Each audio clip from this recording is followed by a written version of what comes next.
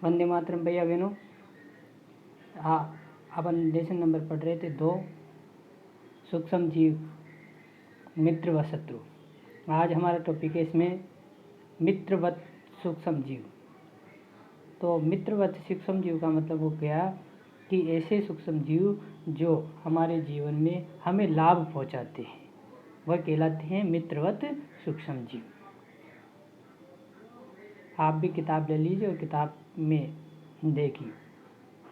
सूक्ष्म जीव विभिन्न कार्यों में उपयोग किए जाते हैं। इनका उपयोग दही, ब्रेड, केक बनाने में किया जाता है। ये सभी प्रकार के कार्य किसके द्वारा किया जाता है? जैसे दूध से अपन दही बनाते हैं तो उसमें लैक्टोबैसिलस नामक क्या पाया जाता है? जीवाणु पाया जाता है, जिसके कारण दूध दही में परिवर्तित हो जाता है। ब्रेड बनाते हैं तो किण्वन की क्रिया द्वारा ईस्ट के माध्यम से बनाया जाता है। और केक में भी क्या जाता है? ईस्ट पाउडर डाला जाता है, जिससे कार्बन डाइऑक्साइड गैस बनने से वो केक फूल जाता है। तो ये अपने मित्रवत सूक्ष्म जीव के उपयोग। प्राचीन काल से ही सूक्ष्म जीवों का उपयोग एल्कोहल बनाने में किया जा रहा है। पर्यावरण को स्वच्छ रखने के लिए भी इनका उपयोग किया जाता है। उदाहरण के लिए कार्बनिक अपशिष्ट जैसे सब्जियों के छिलके, जंतु अवशेष, विष्ठा इत्यादि का अपघटन जंतु द्वारा किया जाता है तथा हानिरहित पदार्थ बनते हैं। स्मरण कीजिए, जंतुओं का उपयोग औषधि उत्पादन एवं कृषि में मृदा की उर्वरकता में वृद्धि करने में किया जाता है, जिससे नाइट्रोजन स्थिरीकरण होता है। दही एवं ब्रेड का बनना, जैसे मैंने आपको पहले बताया कि दही और ब्रेड किस प्रकार बनते हैं। आप कक्षा 7 में पढ़ चुके हैं कि जीवाणु दूध को दही में परिवर्तित कर देते हैं। दही में अनेक सूक्ष्म जीव पाए जाते हैं, जिसमें लैक्टोबैसिलस नामक जीवाणु प्रमुख है। इसे अंडरलाइन कर लीजिए भैया बहनों, लैक्टोबैसिलस नामक जीवाणु प्रमुख है, जो दूध को दही में परिवर्तित कर देता है। वह दूध में जनन कर उसे दही में परिवर्तित कर देता है। जीवाणु पनीर, अचार एवं अनेक खाद्य पदार्थों के उत्पादन में सहायक है। रवा, इडली एवं भटूरे का एक महत्वपूर्ण घटक दही है।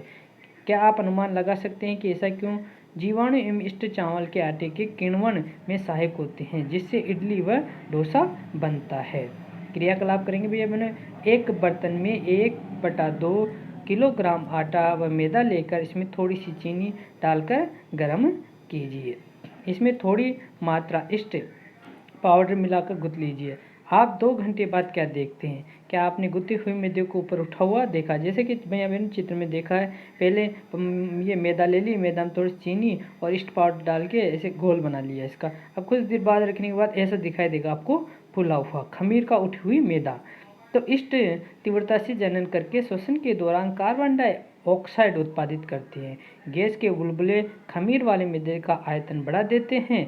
यह बेकिंग उद्योग में ईस्ट के उपयोग का आधार है। इसमें ब्रेड, पेस्ट्री एवं केक बनाए जाते हैं। दूसरा उपयोग आता है अपने वाणिज्य उपयोग। सूक्ष्म जीवों का वाणिज्य यानी आर्थिक उपयोग क्या है? तो बड़े स्तर पर एल्कोहल, शराब, एसिटिक एसिड के उत्पादन में सूक्ष्म जीवों का उपयोग किया जाता है, जो गेहूँ, चावल एवं फलों के रस में उपस्थित प्राकृतिक शर्करा में ईस्ट द्वारा एल्कोहल एवं शराब का उत्पादन किया जाता है। क्रियाकलाप 500 ml का बीकर लेकर उसमें 3/4 भाग तक जल भरिए। इसमें 2 से 3 चम्मच चीनी घोलिए। इसमें 1/2 चम्मच इस पाउडर। इसे 4 से 5 घंटे के लिए उष्ण स्थान पर यानी गर्म स्थान पर रख दीजिए। अब विलयन को सूंघकर देखिए। आप क्या देखेंगे? विलयन को जो है आप सूंघेंगे तो उसमें क्या हो जाएगा? एल्कोहल की यानी शराब जैसी गंध आएगी। ये गंध एल्कोहल की है, जो चीनी के एल्कोहल में परिवर्तन के कारण बना है। चीनी के एल्कोहल में परिवर्तन की यह प्रक्रिया किण्वन या फर्मेंटेशन कहलाती है। यानी चीनी किस में परिवर्तित होगी? एल्कोहल में। और किसके कारण? ईस्ट के कारण। तो ये प्रक्रिया क्या कहलाएगी? किण्वन कहलाएगी। लुईस पास्चर ने किण्वन की खोज 1857 में की थी। इसे भी अंडरलाइन कर ले भैया बहनों और याद कर लें। लुईस पास्चर ने किण्वन की खोज 1857 में की। सूक्ष्म जीवों के औद्योगिक उपयोग। जब कभी आप बीमार पड़ते हैं तो डॉक्टर आपको पेनिसिलिन का इंजेक्शन देते हैं अथवा कोई अन्य प्रतिजैवी की गोली अथवा कैप्सूल देते हैं। इन औषधियों का स्रोत सूक्ष्म जीव है। ये बीमारी पैदा करने वाले सूक्ष्म जीवों को नष्ट कर देता है अथवा उनकी वृद्धि को रोक देता है। इस प्रकार की औषधि को प्रतिजैवी या एंटीबायोटिक कहते हैं। आजकल जीवाणु और कवक से अनेक प्रतिजैविक औषधियों का उत्पादन हो रहा है। स्ट्रेप्टोमाइसिन, टेट्रासाइक्लिन और इरिथ्रोमाइसिन सामान्य रूप से उपयोग की जाने वाली प्रतिजैवी है। इन्हें कवक एवं जीवाणु से उत्पादित किया जाता है। किसी विशिष्ट प्रकार के सूक्ष्मजीव का संवर्धन करके प्रतिजैविक का उत्पादन किया जाता है। प्रतिजैविक का मतलब होता है कि ऐसी दवाई बनाई जाती है जो रोगाणुओं को नष्ट कर देती है। प्रतिजैविक उन्हें अनेक रोगों की चिकित्सा में उपयोग में लेते हैं। सन 1919 में अलेक्जेंडर फ्लेमिंग जीवाणु रोग से बचाव हेतु एक संवर्धन पर प्रयोग कर रहे थे। अचानक उन्होंने संवर्धन तस्तरी पर हरे रंग के फफूंद के छोटे जीवाणु देखे। उन्होंने पाया कि यह फफूंद जीवाणु की वृद्धि को रोकते हैं। ये तथ्य पाया कि बहुत सारे जीवाणु फफूंद द्वारा मारे गए। इस प्रकार फफूंद से पेनिसिलिन बनाई गई। तो पेनिसिलिन का निर्माण किसने किया? अलेक्जेंडर फ्लेमिंग ने 1929 में। और किण्वन किसने किया था? आप देखिए किण्वन किसने किया? लुईस पास्चर ने 1857 में। ये दोनों इंपॉर्टेंट है। पशु आहार एवं कुक्कुट आहार, कुक्कुट मतलब होता मुर्गी आहार में भी प्रतिजैविक मिलाए जाते हैं, जिसका उपयोग पशुओं में सूक्ष्म जीवों का संचरण रोकना है। प्रतिजैवी का उपयोग कुछ पौधों के रोग नियंत्रण के लिए भी किया जाता है।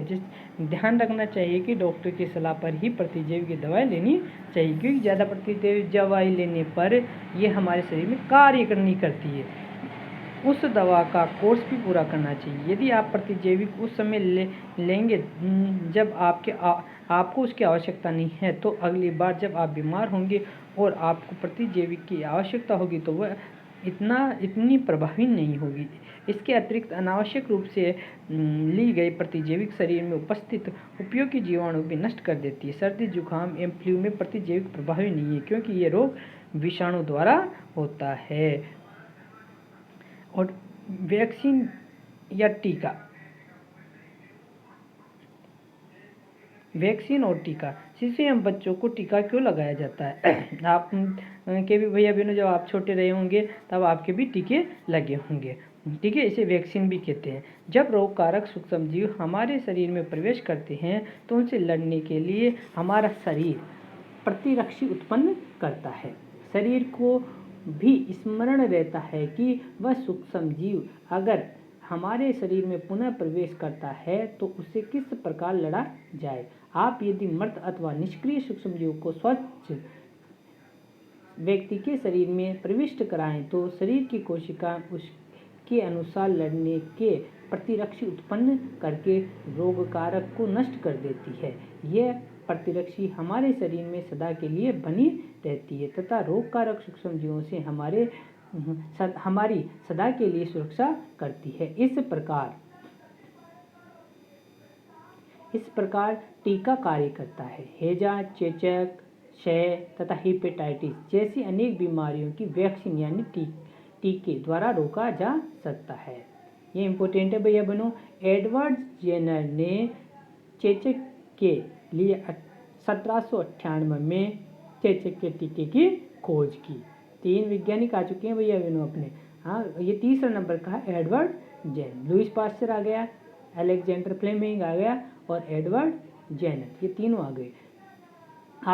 आपके बचपन में आपको भी अनेक रोगों से रक्षा के लिए टीके यानी वैक्सीन दिए गए होंगे। क्या आप इन रोगों की सूची तैयार कर सकते हैं? इसके लिए आप अपने माता पिता की मदद ले सकते हैं। खसरे का टीका लगता है भैया बहनों, क्षय रोग का टीका लगता है, अपनी टीबी का टीका लगता है, पोलियो की दवाई पिलाई जाती है। ये अनेक प्रकार के ऐसे हैं जो टीके लगाए जाते हैं। सभी बच्चों को इन रोगों से सुरक्षा की आवश्यकता है। आवश्यक टीके निकट के अस्पताल में उपलब्ध होते हैं। बच्चों को पोलियो से बचाने के लिए आपके टेलीविज़न एवं समाचार पत्रों में पोलियो के टीकाकरण के विज्ञापन देखे होंगे। पोलियो ड्रॉप बच्चों को दिया जाने वाला वास्तव में एक टीका यानी वैक्सीन है। चेचक भैया बहनों अपनी छोटी माताओं कहते हैं, छोटे छोटे दाने अपने शरीर पर निकल जाते हैं, वो कहलाता है चेचक। और बुखार भी आती है, इसमें लाल कलर के चकथिया बन जाते हैं चेचक में। चेचक के विरुद्ध विश्वव्यापी अभियान चलाया गया, जिसके परिणाम स्वरूप विश्व के अधिकांश भागों से चेचक का उन्मूलन हो गया। उन्मूलन मतलब समाप्त हो गया वो। आज सूक्ष्म जीवों से टीकों का उत्पादन बड़े स्तर पर किया जाता है, जिसमें मनुष्य एवं अनेक जंतुओं को अनेक रोगों से बचाया जाता है। ये पॉइंट कल पढ़ेंगे भैया बहनों अपन। मिट्टी की उर्वरकता में वृद्धि किस प्रकार से होती है।